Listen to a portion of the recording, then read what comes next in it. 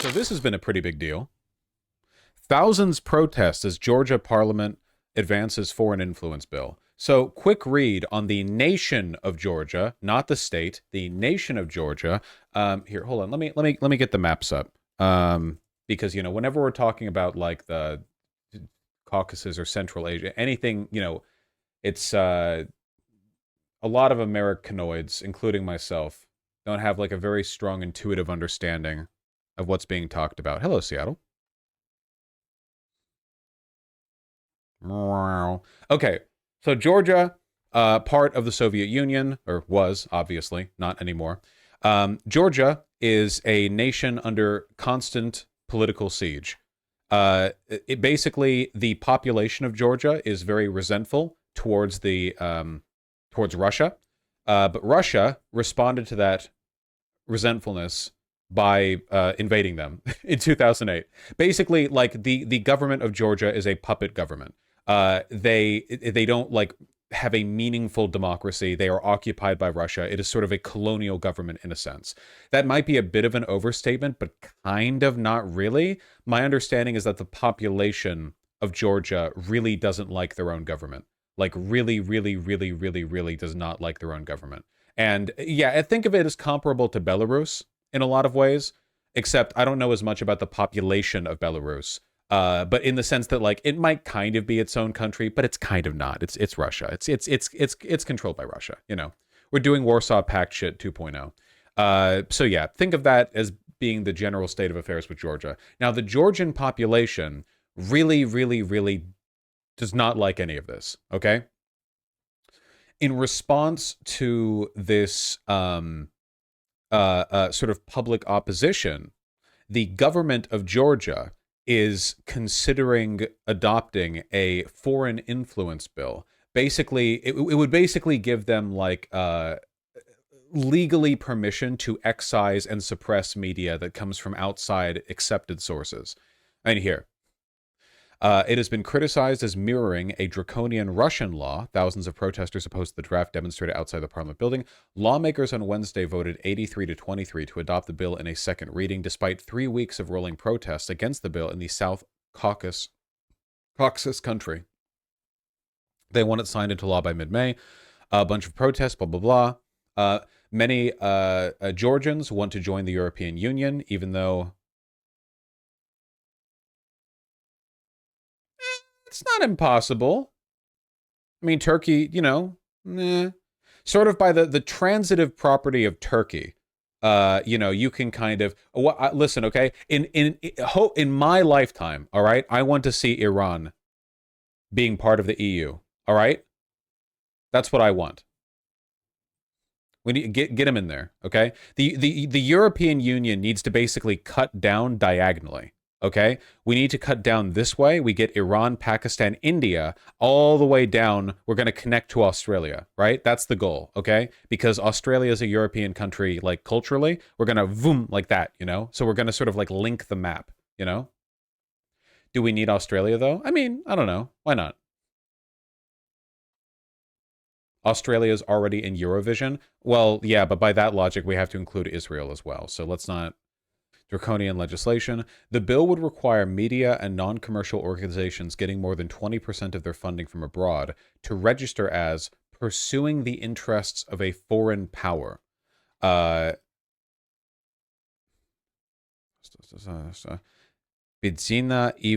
Ivanishvili, the billionaire founder of the ruling party. Cool. Vaush, the Belarus comparison is off. Georgia still has a somewhat functional democracy, institutions, civil society. Georgia's president is actually anti-Russia, but she is nearly powerless against the parliament captured by the pro-Russia party.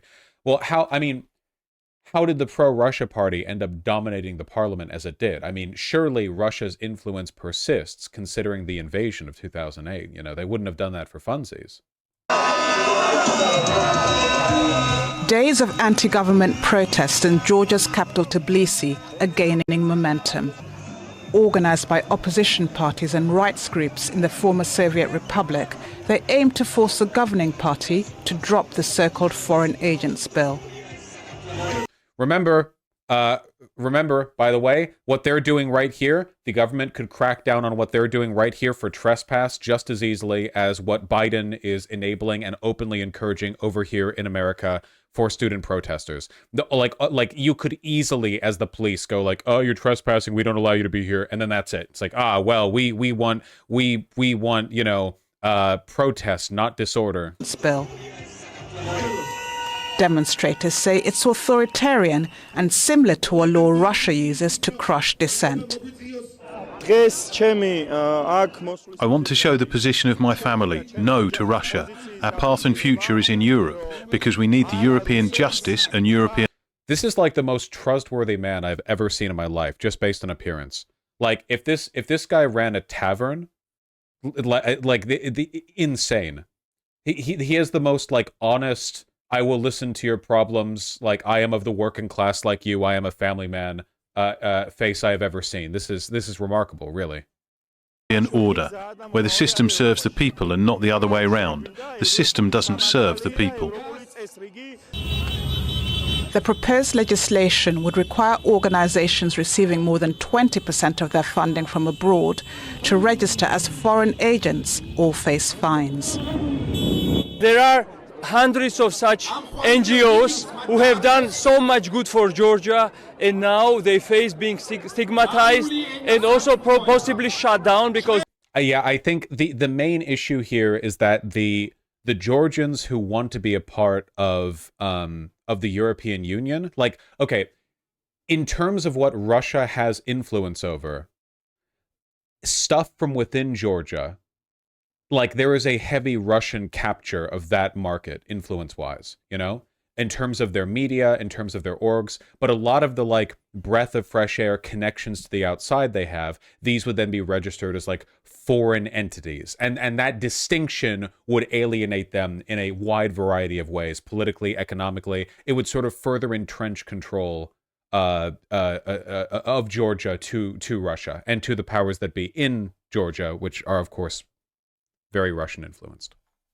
The law gives the powers to the Ministry of Justice to shut any of them at their discretion. The European Union has warned passing the bill could undermine Georgia's bid to join the bloc.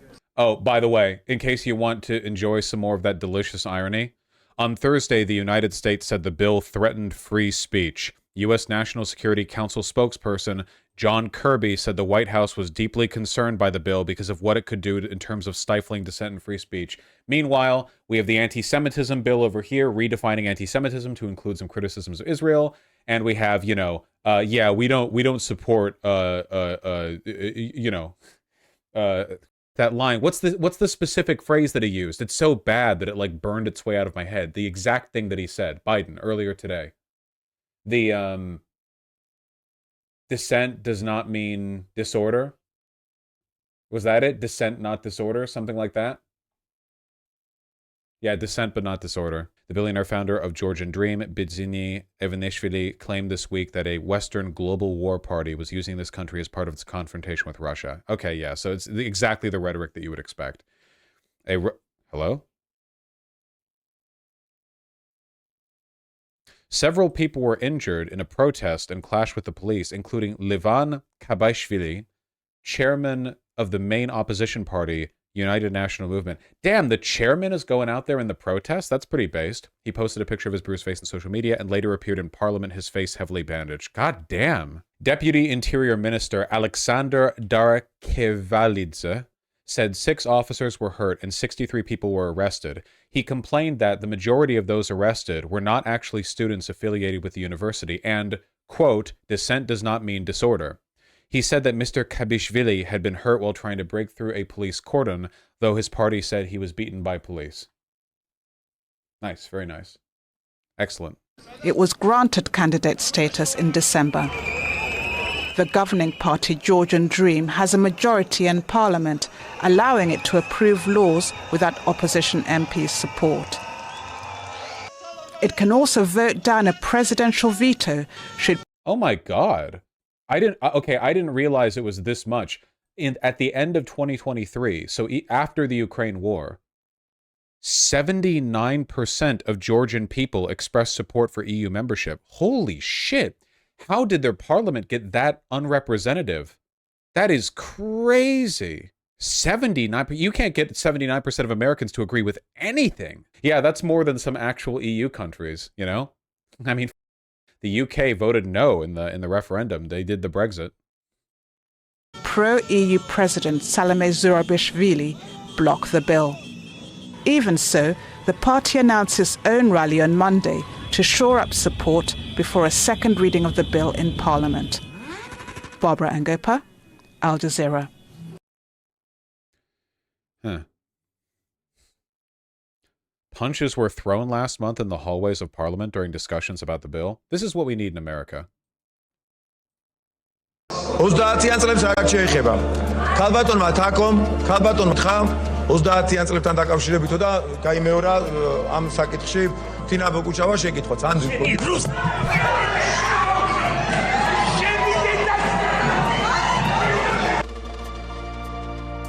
That was a solid hit too. Like, it wasn't a properly thrown punch, but that's a, you know, that wasn't like a little you know, that was a solid hit. This is quite the debate tactic. Now, note, the person throwing the punch is the one who's like pro-EU membership. Like, the guy being hit here is the one who leads the pro-Russian party. So this is good. Good argument. Good rhetoric. Very nice.